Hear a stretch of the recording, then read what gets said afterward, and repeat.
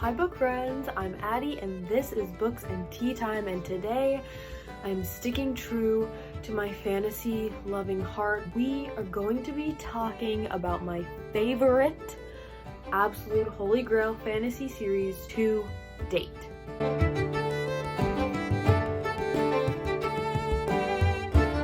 So for a very long time now, I have been wanting to start a series where I hype up, review in a non-spoiler way, and chat about some of my favorite fantasy series that I think are underrated or not talked about a lot on BookTube, or just fantasy series that I really love and that have sparked my absolute love and adoration for the fantasy genre. So today we are talking about the Riyria Revelations by Michael J. Sullivan.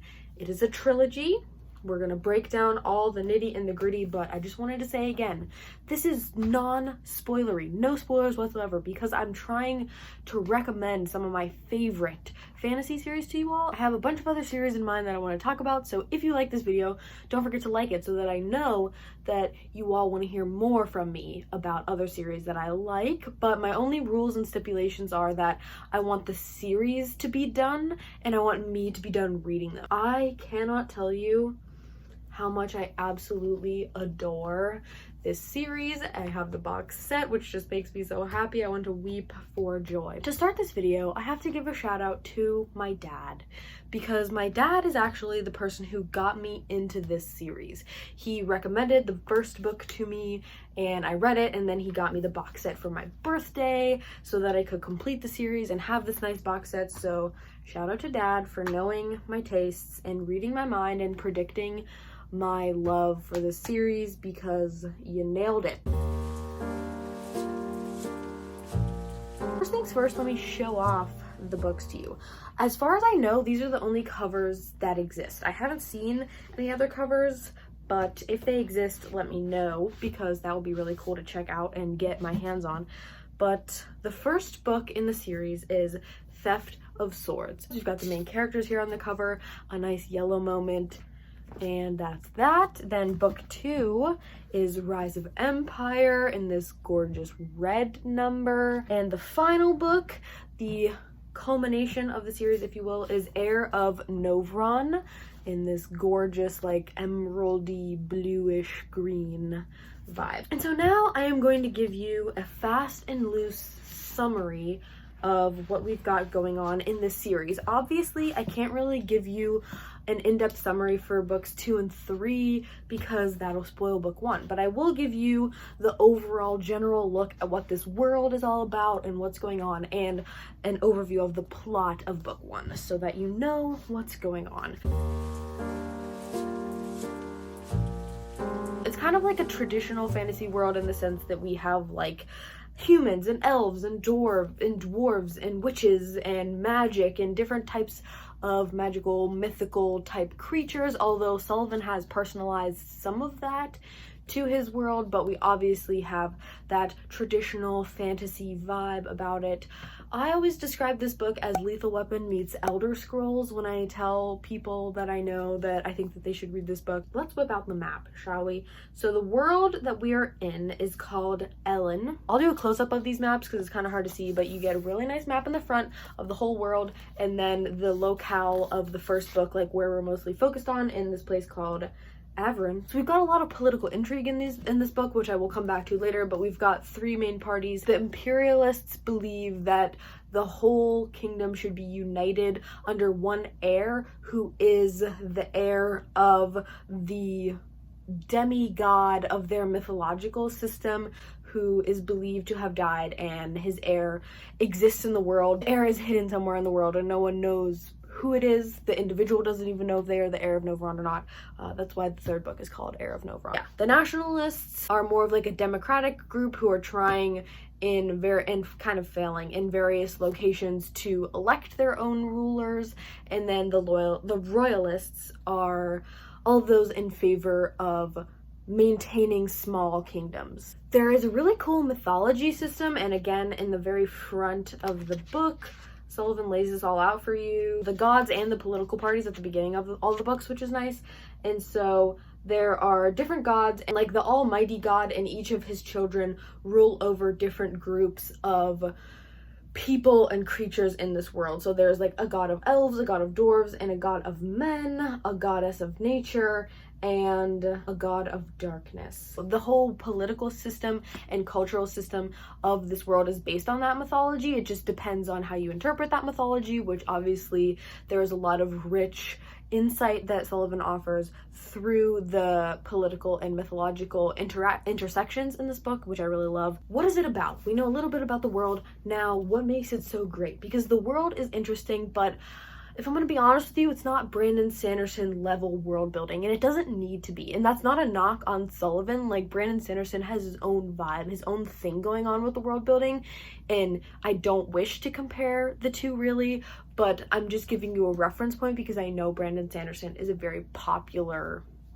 fantasy author. But really, for me, what shines in Sullivan's work is the characters, the character work, the character evolution, the dialogue, the humor, the way he writes action, and things of that nature. So the world is interesting, and the politics and religion and culture of the world is interesting, and you learn more about it throughout the series, but it's more about the people and how they interact with that world that really shines. This first book and all of the books center on our two main characters, Hadrian Blackwater and Royce Melbourne. They are partners in crime. Hadrian is a mercenary and Royce is a thief and assassin. And at the beginning of this book, they have been working together for several years, and they have a Riggs and Murtaugh style friendship. They have been doing a bunch of shady jobs, stealing and causing problems amongst the nobles in a particular kingdom in Ettlin. And at the very beginning of this book, they are hired to steal a sword, which is very straightforward, up their alley, but in the process of doing so, they are actually framed for the murder of the king, who is dead when they arrive in his chambers to steal his sword. And so the whole book is unpacking how and why they were framed, but also just the domino effect of these two characters being thrown into this whole political scheme and this whole mystery and the world of nobility and politics and the consequences of that. And you're constantly wondering who you can trust and what's gonna happen next, and it's really, really great. So that's basically the plot. I don't want to tell you too much more.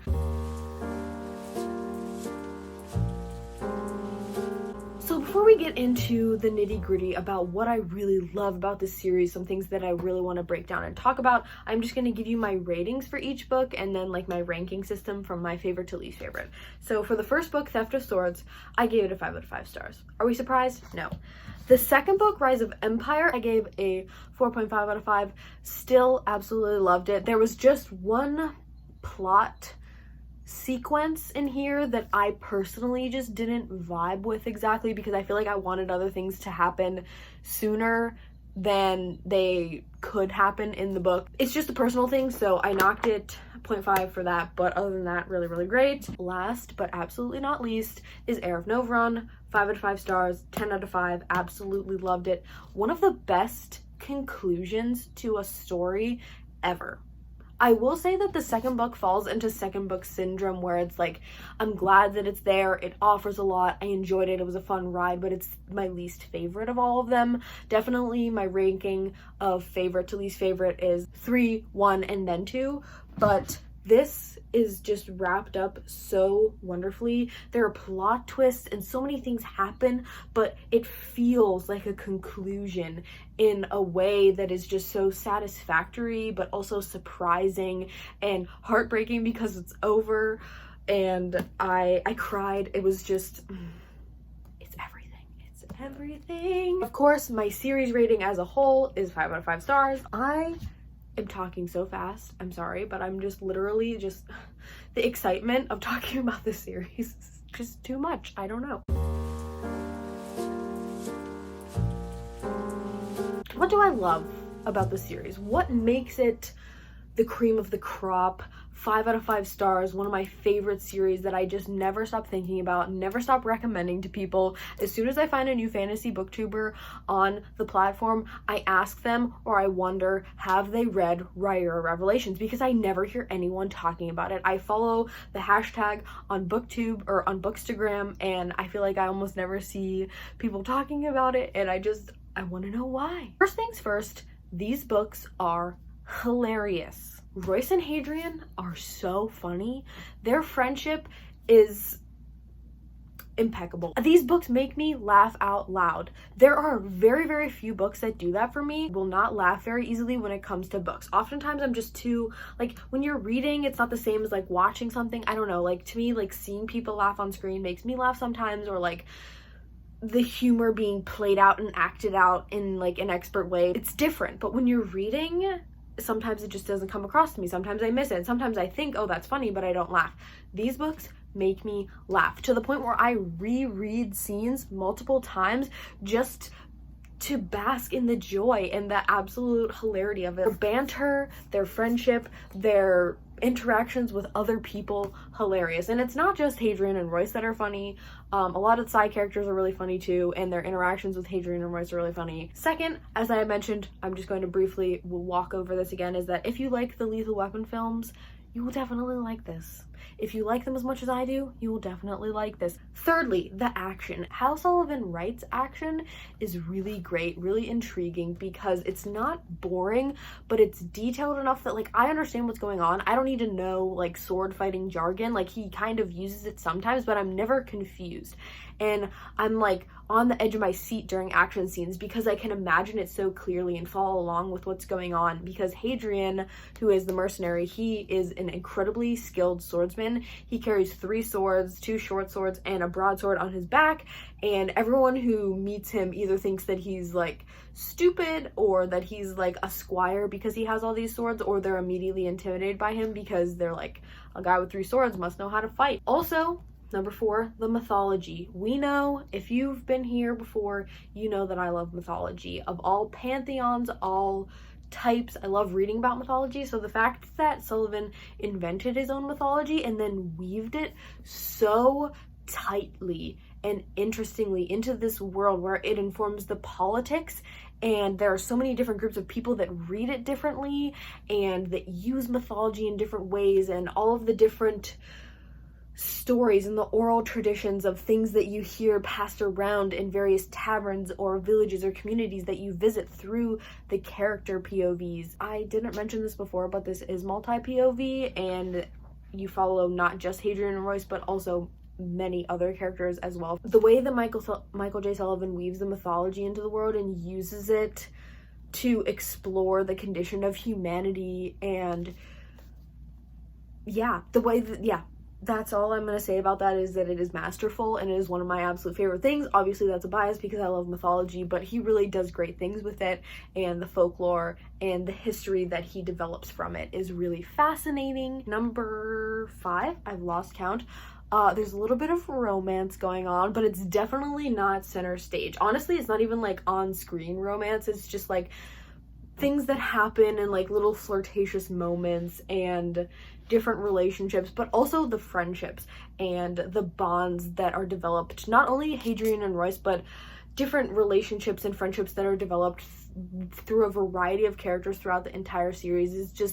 It's written so organically that you really believe that these characters care about each other, and the challenges of friendships and coming to trust someone and getting to know someone. It's also explored and stressed in this series, which I think is just really beautiful and wonderful. And yes, before you ask, Hadrian Blackwater is my fictional crush. For those of you who are Stormlight fans, Hadrian reminds me a lot of Kaladin. Do with that what you will. There's also a thematic discussion of redemption and resilience, and the possibility and potential for redemption and resilience, but also the struggle and the sacrifice that goes into achieving those things, especially in particular redemption. And that is obviously tied to the character evolutions and things that are going on, but there's also just an undercurrent going on in the mythology, in the character relationships, in the individual character backstories, and even in like some political situations where you see this redemptive quality coming to the center stage, and it's not always achieved by the individual or the group or whatever that you're focusing on, but it's a theme that I was not expecting, that I really quite enjoyed, and that is really moving, especially in the third book, and it's thought-provoking. Next, Michael J. Sullivan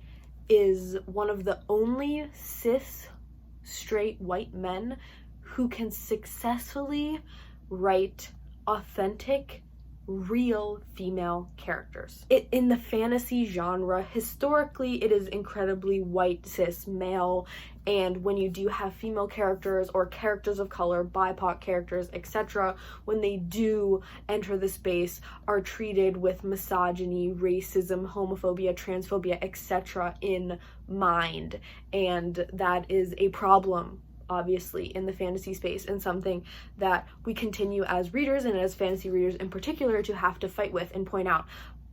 And while there is not a plethora of BIPOC representation in this story, that is something that I would like to point out. I just wanted to say that I think Michael J. Sullivan writes authentic and interesting and unique, holistic female characters.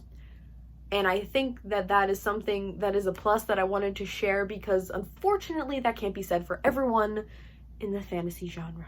Is it the most diverse fantasy you'll ever read? No, I just wanted to put that out there so that you know things that I noticed about it. Another thing I really like about the reading experience is that it's paced really well and it's very bingeable, because each book is broken up into 2 smaller books, and all of the things that go on relate in terms of plot, but it makes it a little more bingeable. So you can see there's like book 1 with a title and book 2, and all 3 books are laid out that way, and it just makes them more readable, because these are pretty chunky fantasy. Like this one's like 600-ish pages. I think the last one's like 800-ish. So like these are chunky boys, right?